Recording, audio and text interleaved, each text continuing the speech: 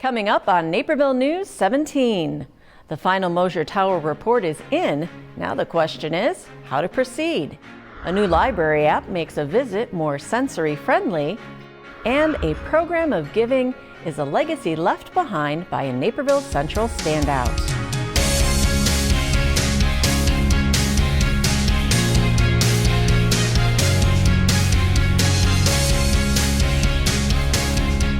Hello everyone, I'm Kim Pierce. Thanks for joining us for this week's Naperville News.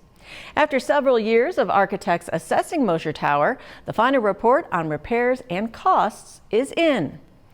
At the latest Riverwalk meeting, commissioners got the full report on several options for Moser Tower. The first would be repairing the structure for just over $2.1 million. The second option would be repairing it and partially enclosing the lower section of the structure for about $2.9 million. Both options include the costs of maintaining the structure for 30 years. The first two alternatives also had the option of doing construction in phases, but that's unlikely because it would be more expensive. The last option would be demolishing the 160-foot tall structure for $726,000. Planning, Design, and Construction commissioners who make recommendations to the Riverwalk Commission said repairing the nearly 20-year-old structure would be the best alternative. I looked at it and said, would I rather spend $700,000 to tear it down or $1.4 to leave it standing? We have $7 million invested as a community in it. I think it's worth it to do the repairs and leave it standing for many more years. Councilwoman Judy Broadhead was at the meeting and said she was in support of repairing the structure in one phase. Novak said the Riverwalk is an iconic site in Naperville, and if Moser Tower wasn't on it, it wouldn't seem right to some. We had our student representative here yesterday, and that individual was saying, he goes, you know what? He goes, my generation, it's been there our entire life, so it's something that we've always seen, and they're taking their prom pictures and things like that at it, so it's something that is part of their generation. The Riverwalk Commission will vote on their recommendation to City Council next month, who will have the final say on Moser Tower's fate. The new year marks a good time to evaluate the state of DuPage County. DuPage County Board Chairman Dan Cronin recently addressed several local chambers of commerce in his annual State of the County address. We want to make and continue to make it a wonderful place to work, to live, to raise a family. We're particularly focused on the economic development and the jobs. We believe that it's a destination. We have over 650,000 jobs now in DuPage County. And so with that, there are many challenges. One of the challenges Cronin discussed in his speech was the ongoing battle against opioid addiction in our area. A new DuPage County program through WorkNet DuPage will aim to connect recovery addicts with meaningful work. After Cronin's address, he was joined on stage by DuPage County State's Attorney Bob Berlin, who discussed things like the impact of cannabis legalization, and Greg Bedelov, the president of Choose DuPage, who reviewed the county's economic health. The panelists answered questions from the audience and Power Forward DuPage's Karen Charvat, who served as moderator for the discussion. The first retail tenant for the new Central Park Place building in downtown Naperville has been announced. Sweetwater's Coffee and Tea will have a spot on the first floor in the development going up on the Old Nichols Library site. The coffee house will be located on the south side of the building at 110 South Washington Street. Sweetwater's Coffee and Tea got its start in Michigan. This will be their first location in Illinois. The cafe sells a variety of coffees and teas, along with specialty drinks, pastries, and light fare like quiche and sandwiches. Construction on the building is expected to be completed by mid-year. Central Park Place is a $21 million four-story development going up around the Old Nichols Library, which was granted landmark status by City Council in 2017. He's back! James Holzhauer appeared on a special primetime Jeopardy to finally decide who's the greatest player of all time. Our own Christian Canizal headed to some local watch parties to catch him in action. Fans of James Holzhauer said in excitement as the Naperville native was back on Jeopardy. This time around, he faced off against other legends of the game show in Ken Jennings and Brad Rutter. The The first contestant to win 3 games gets $1 million and the title of the greatest of all time. No stranger to James being on Jeopardy! His loyal fans gathered at several watch parties to support him and some local nonprofits. As a lot of people know, Alex Trebek, the host of Jeopardy! Has pancreatic cancer, stage 4 pancreatic cancer. And Zedeker, who's the leader of Lust Gardens fundraising efforts here in Naperville, lost a family member to pancreatic cancer. And we're so happy we can use this positive experience about a Naperville native to bring people's attention to a really good cause. In June of 2019, Jeopardy! James donated over $1,000 to the Lust Garden Pancreatic Cancer Research Walk. And though he lost the first game just $200 short to Jennings, the night was still a victory, as the viewing party at Two Brothers Barrel House brought in over $1,000 for the Lust Garden Foundation. Community members gathered at Quigley's Irish Pub for the second primetime game, and to raise awareness for homelessness in DuPage County. James Holzhauer and the Holzhauer family are incredible, and Ian collecting this party with his family to help support DuPage Pads goes a long way towards ending homelessness here locally in our community. And for a second night in a row, community members raised over $1,000 for a nonprofit. And Jeopardy! James fans were treated to the sweet taste of victory as Holzhauer won in a landslide. Quigley's was once again packed for a pivotal Game 3 of Jeopardy! Go! Jennings pulled away in the first match, leaving no doubt he would win the game. He now has a 2-1 lead over Holzhauer at the time of this recording. In attendance at the viewing party was another Jeopardy! Winner, Naperville's own Beth Stewart. The 2-time Jeopardy! Winner says James still has a chance to walk away as the GOAT. Someone once said the main thing with Jeopardy! Is luck, luck, and luck. So sometimes you have a bad break, but he's got another opportunity. And he knows a lot, and I think he's going to do really, really well. For Naperville News 17, I'm Christian Canizal. At the time of this recording, there were still games left to play. But to find out who won the GOAT title, watch for updates on our website, nctv17.com, and our social media sites. Coming up, the DuPage County Sheriff's Office new plan to help opioid-addicted inmates. Welcome back to the game show, Who Is It? Today our contestant Sally is in the process of figuring out which one of our panelists is the real Crime Stopper. Sally, you have one more question for each panelist, then you will need to decide.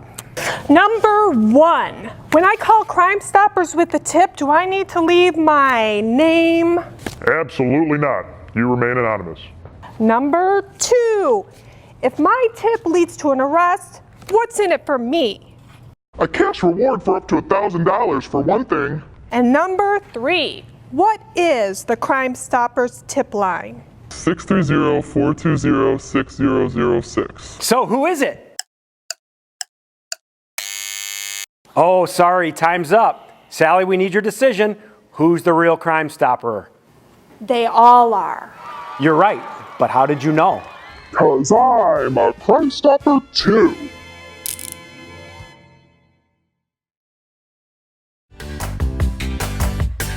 We tell everybody's stories big and small. Everybody's story matters to us, and it comes in a variety of shapes and sizes, and that's what makes it so special.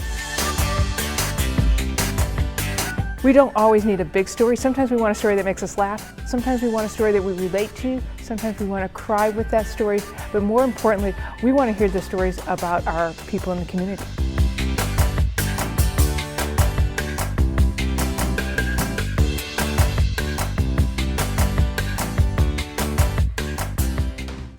The DuPage County Sheriff's Office announced a new initiative to help opioid-addicted inmates stay clean.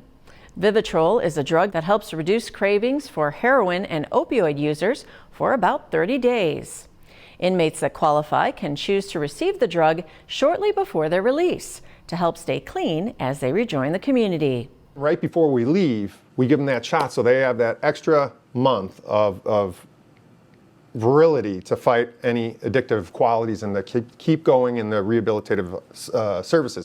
To make Vivitrol even more accessible, inmates can indicate interest in the drug discreetly via tablets in the jail. 9 inmates showed interest in the program within 24 hours of the announcement.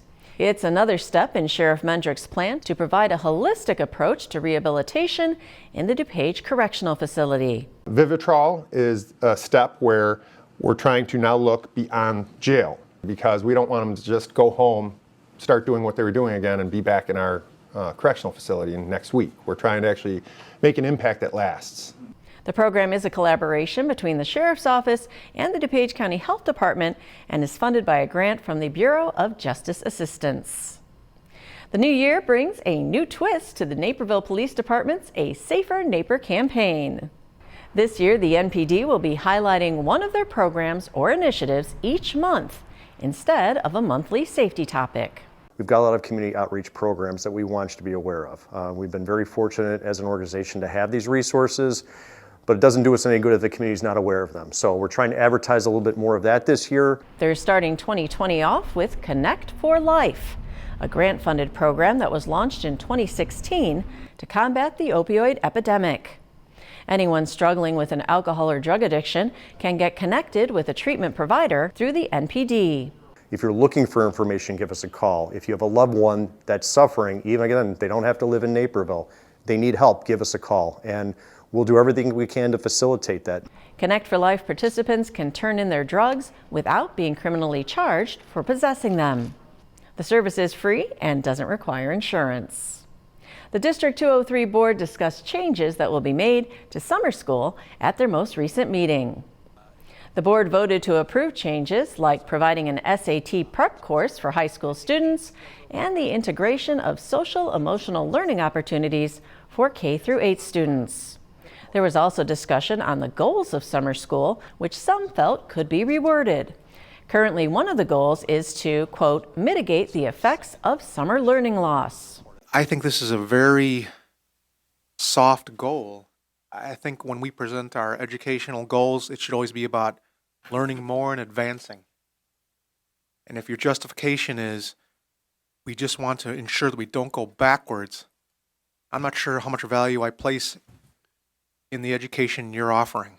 Leong later clarified that he isn't against summer school, he just thinks the goals need to be reframed.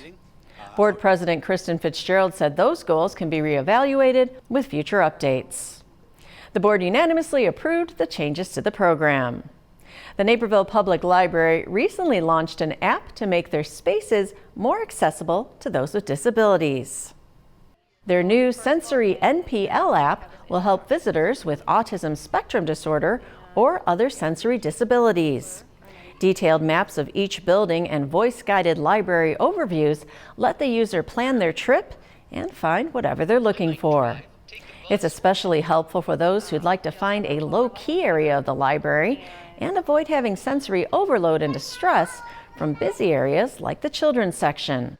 When you see somebody who has this getting agitated, the best thing to do is guide them to a spot where maybe it's a little bit quieter, maybe there's less sensory information going on, and they can calm down and collect themselves, because in that moment, you know, they're going through a lot and they're in pain. The app is inclusive, allowing for fonts to be changed to Open Dyslexic for those with dyslexia, and also allows for nonverbal visitors to communicate with library staff. I like this place. We want to be able to have a relationship with everyone who walks in, and obviously communication is the biggest barrier in between that. And if we can close that barrier even a little bit through this app, then that's a wonderful thing. The app is available at every Naperville Public Library, and you can also download it on your phone. Coming up, a music mentor program gives incarcerated teens a gift of note. You work hard, and you want to see your efforts pay off, literally. Whether you're dreaming of retirement, growing your business, or leaving a legacy for future generations, at Busey, we help you realize the possibilities of tomorrow. We listen to your needs and goals to create a sound strategy for you and your family. Enjoy the achievements of your life and work. We'll handle the rest. Busey, your dream, our promise. People spend, on average, a third of their time online watching videos. A single minute of video is worth 1.8 million words. Adding professional video to marketing emails can boost click-through rates by as much as 300%. So leverage the power of video. Consider NCTV 17's production services for your marketing needs. Contact us to begin the conversation today. College Park in Naperville's historic district has closed. Property owner Little Friends is turning the site of the former playground at the corner of School and Columbia Streets into a parking lot. Patrick Scarr, spokesman for Little Friends, told us in a written statement, based on increasing complaints to the police department by a few neighbors about on-street parking and to be able to turn the property over to its eventual new owner free and clear, we determined the best course of action was to terminate the $1 per year lease with the Park District during the off-season. The new parking lot will allow more off-street parking for the staff of Little Friends for the duration of their ownership. The nonprofit is currently trying to sell their nearly 4-acre property to allow them to move to a new site. The playground equipment has been removed and saved by the Park District for a different location or new park. The DuPage County Sheriff's Office was able to help those in need get a safe start to the new year. With a generous donation from AAA, the Sheriff's Office was able to provide 26 DuPage County families with brand new car seats for their little ones. As part of the Safe Kids program, car seat technicians were on hand to inspect residents' existing car seats, as well as train them on how to install their new one. It's kind of like teach a man to fish. You know, what we're trying to do is not just hand somebody a tool, but we're showing them how to properly use a tool. So if it's going to come in and out of this car or another one, they know how to do it to keep their children safe. With the car seats costing over $100 each, it was a welcome gift for the families. At this time, we wouldn't be able to afford it because they are kind of pricey. And for us, it was a blessing, honestly. Macias said she learned new things thanks to the car seat technicians and is happy to now be able to help others. So now that I know how to install it because they taught me how to do it the right way, now if I have friends with kids or toddlers, now I could help them out. The DuPage County Sheriff's Office said they hope to have another car seat donation event later this year. A recent spike in flu cases has residents concerned about how to stay flu-free this winter. The Center for Disease Control and Prevention estimates there have been about 6.4 million cases of the flu this season. I would say in the last few weeks, the flu season has really picked up. Dr. Jonathan Pinsky is the medical director of infection control at Edward Elmhurst Health. He said spikes in the amount of flu cases occur every year, though the strain currently popping up is more commonly seen in the spring. We see that really every winter. We see a little bit of flu activity. It's not really higher than it is in previous years. Maybe it's a little bit earlier in the year, and it's with a different strain of influenza B. Pinsky said keeping good hand hygiene is the best way to keep yourself safe from the flu. Young children and those who spend time around young children are more at risk than others. Flu season traditionally runs as late as April, so it's not too late to get your flu shot if you haven't already done so. A program that's run by high school mentors teaches teens who are incarcerated how to play an instrument. Our own Aisha Ashley Hausa tells us more. These two brothers are clearly talented, and they're passing their musical knowledge on to others who want to learn as well. In 2017, Nicholas Betcher's 8th grade teacher tasked the class with creating something that would make a difference in the community. And so, the No Repeats Project was born. Our goal is to introduce the teens that are incarcerated to various different types of music to try to reduce the risk factor in them coming back into the criminal justice system.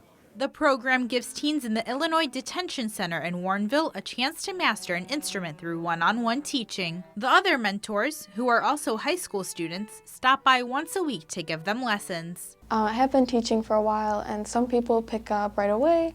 It's just amazing because I feel like I can give him harder things to work on, and he just picks up with it right away, so it's been really good.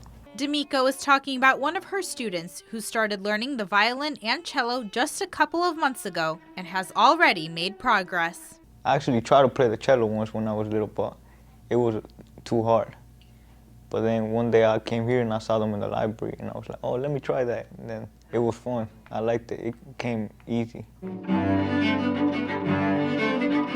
After all their hard work, the students have a chance to showcase what they learned by putting on a concert for families and the other youth at the facility. It's not always easy, but the brothers are happy they can pass on their knowledge to others. Because music has been such a transformative experience for us, and being able to share that with everyone else is just a really fulfilling experience. Making a difference, one music note at a time. Reporting for Naperville News 17, I'm Aisha Ashley Hausa. They hope to extend the Music Mentor program to other detention centers in Illinois. Up next, a feeder program helping water polo players achieve their goals. Using NCTV 17 is an opportunity to get the word out of what you do and what you create and the passion that you have, and puts the face with the business and then the voice with the business. It gives a relaxed atmosphere of somebody asking you questions about what you do and explaining it in a very succinct manner in a short period of time. The cost of it is minimal, in my opinion, as a small business owner, because you have to use audio and visual content as much as you possibly can to get the word out. And you want a good, solid looking, high definition, perfectly done professional in the studio. This is the place to be. It'll pay for itself 100-fold because it tells you, the customer, exactly what you want them to know. And then they can say, oh, I like that, and go, click, I'm going over there and I'm doing business with you. So I'd recommend coming here immediately.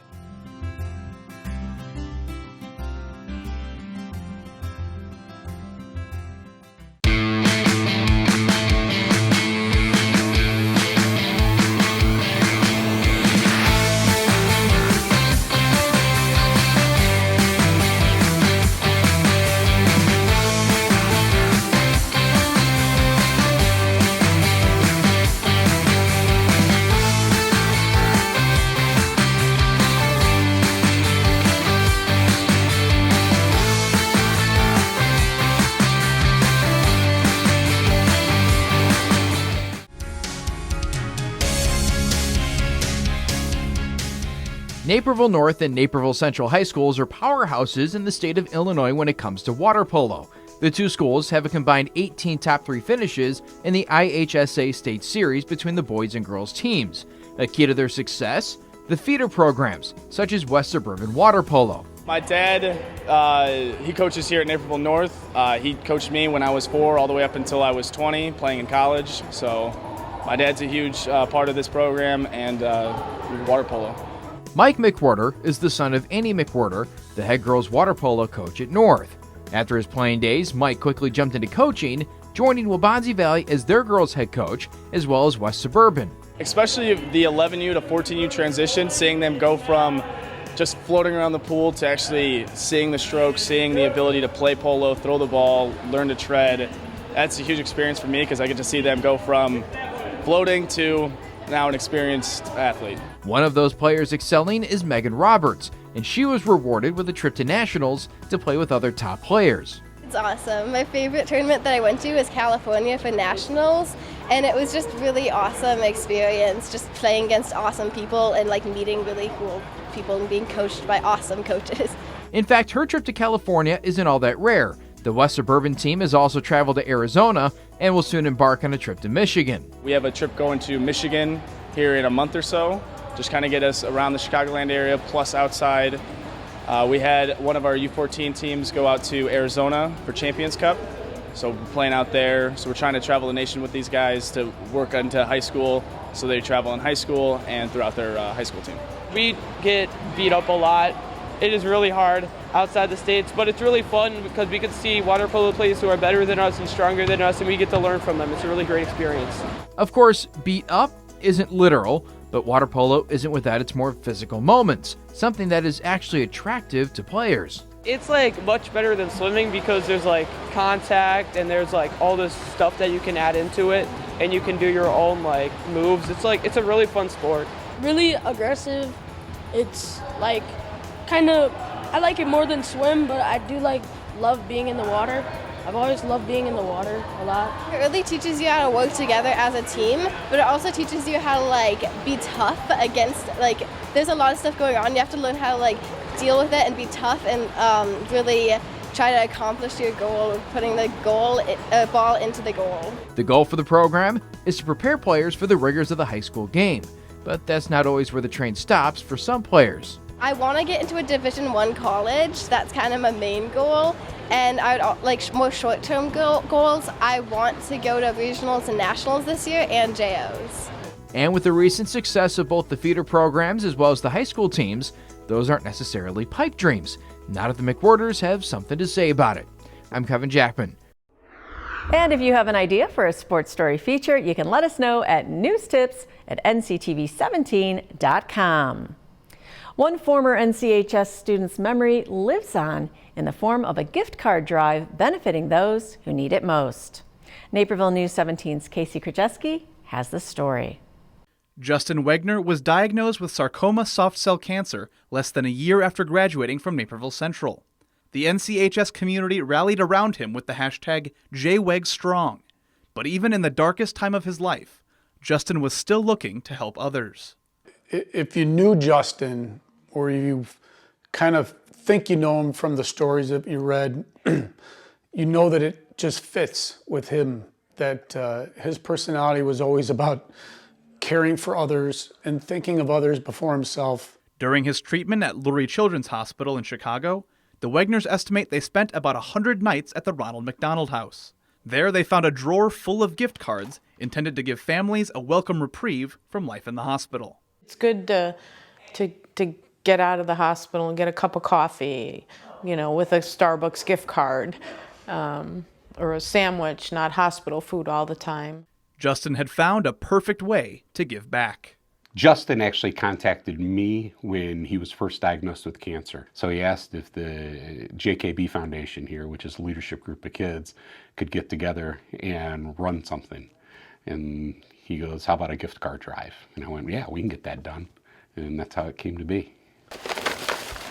Baldwin collects the cards and checks their value, and he'll take a card worth any amount. I had one donated today that had 7 cents on it, and the girl that gave it to me felt bad. She's like, it's only got 7 cents. I go, well, what they do is they take that 7 cents and they combine it with another card. So if the other card is $10, it's $10.07.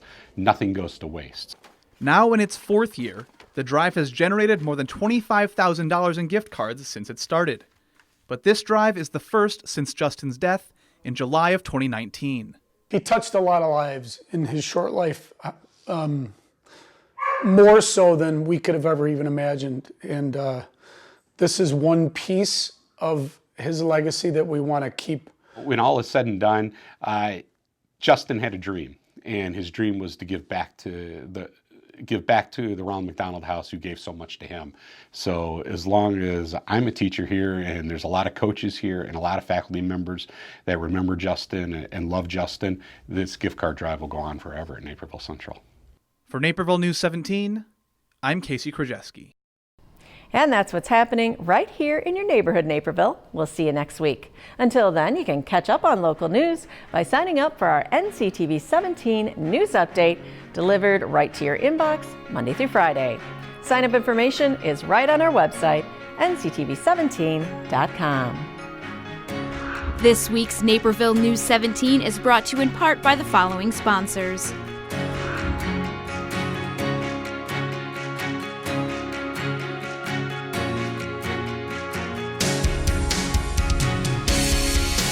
This program is partially funded by a grant from the City of Naperville.